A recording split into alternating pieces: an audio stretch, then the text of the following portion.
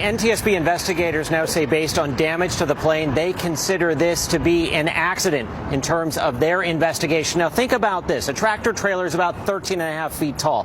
The landing gear on a 767, about 6 feet tall. So that puts the body of that airplane only about 20 feet above the pavement. The question now, why was it so low?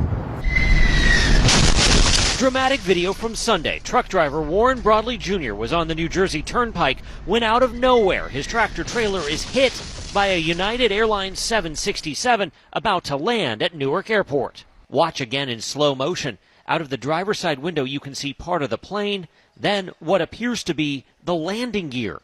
And now this picture has surfaced, appearing to show the moment of impact between the jet with 231 people on board coming from Venice, Italy, and the truck. Police say the plane also struck a light pole, which hit an SUV. Look closely, you can see the bent light pole here. The plane was landing amid gusty winds on the shortest of Newark's 3 runways.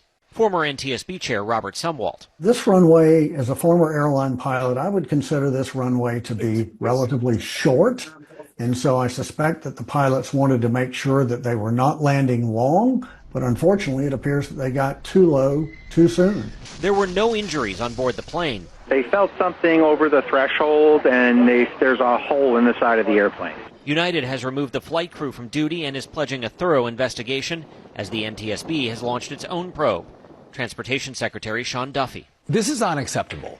We have really well-trained pilots. This is one.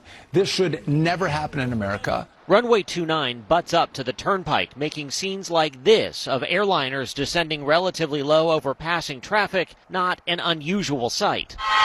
This morning in Fort Lauderdale, days after Spirit Airlines ceased operations, hundreds of its workers gathered outside company headquarters. Court documents reveal Spirit learned the government lifeline was off the table on Thursday. After burning $100 million in additional fuel costs since March, Spirit ran out of money, stranding tens of thousands of flyers and leaving roughly 7,500 Spirit staffers abruptly unemployed. Flight attendant Colleen Burns worked for Spirit for a decade. We all feel like our wings were clipped, and even though I'm sure we'll land other places, it's not going to be the same.